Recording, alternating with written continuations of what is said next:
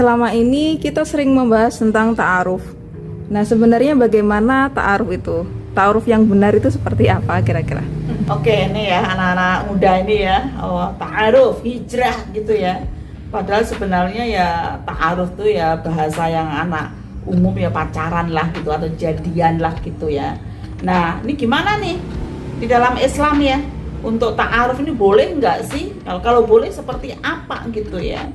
Nah, di dalam Al-Quran itu kan memang ada ya anjuran bahwa kita itu diciptakan bersuku-suku dan berbangsa-bangsa supaya lita'arofu, supaya kita itu saling mengenal, sehingga perbedaan apapun latar belakangnya, apapun budaya, etnis, agama, dan juga jenis kelaminnya, maka harapannya sih dengan perbedaan yang ada kita akhirnya mengenal, dan karena kita mengenal maka kita tidak melakukan diskriminasi. Tapi kadang-kadang malah justru sebaliknya, perbedaan malah digunakan untuk mendiskriminasi, bukan kemudian digunakan untuk bagaimana memperhatikan, menghargai perbedaan itu.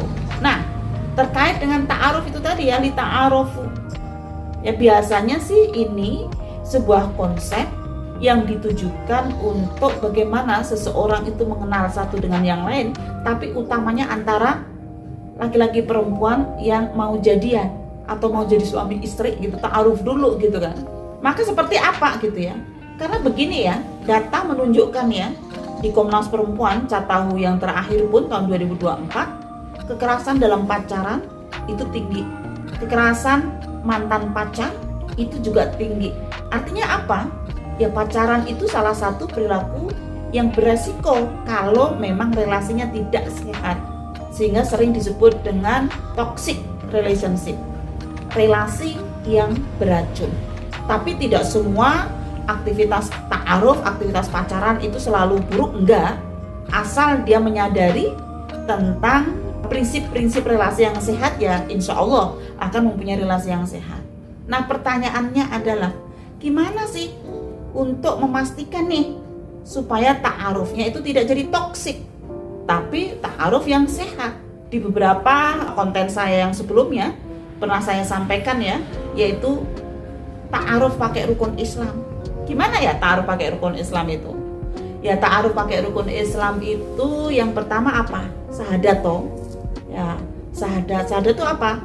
Ya, kita menyampaikan kalau kita suka sama dia. Jangan sampai suka sama dianya malah disampaikan ketika reuni sudah pada nikah. Udah kelewat itu. Iya ya, aku dulu suka sama kamu. Lah aku juga loh. Ayo wes kelewat. Oh, nggak disahadatkan, nggak segera diomongkan ketika kita suka sama seseorang. Nggak usahlah pakai istilah-istilah tembak-tembak. Oh, mau menjalin kasih sayang kok bahasa yang digunakan tembak. Tembak itu kan kekerasan.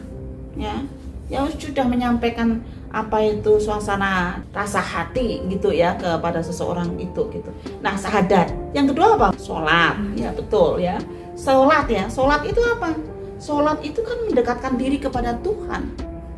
Apapun aktivitas ta'aruf itu, jangan kemudian ketika ada azan pura-pura nggak dengar ya. Tetapi jangan sampai aktivitas ta'aruf itu ya, itu malah justru menjauhkan kita dari ajaran-ajaran agama. Ingat ya, sholat itu mendekatkan diri pada Tuhan, sehingga ketika kita berta'aruf, kita semakin mengagumi kekuasaan Allah. Ya Allah, betapa indah sekali ini ya seseorang ini gitu.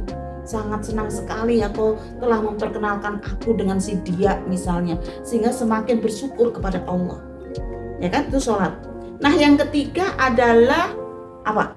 Zakat. Betul. Zakat itu berkorban. Ya, bagaimanapun perhatian kita beda dong dengan perhatian kita kepada yang lain. Karena kita udah jadian, udah syahadat tadi kan, gitu loh, udah menyampaikan bahwa aku suka sama kamu gitu. Sehingga ya perhatiannya beda kepada yang lain gitu.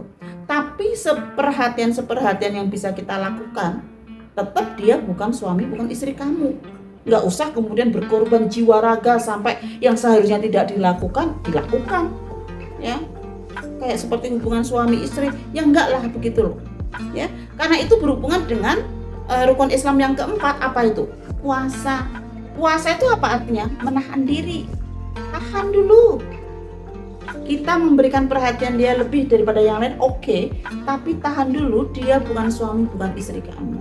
Tidak usah kemudian sampai melakukan hal-hal seperti hubungan suami istri, karena memang bukan suami istri gitu. Jadi tahan dulu ya. Nah, kalau sudah bisa syahadat, sholat, zakat, puasa, sudah siap, umurnya sudah di atas 21 tahun gitu ya. Ya walaupun sih aturan hukum kita adalah 19 tahun ya. Gitu ya. Artinya sudah matang ya, sudah manis tatoa, sudah istatoa, sudah matang ya, pergi haji. Apa maksudnya? Ya pergi nikah gitu.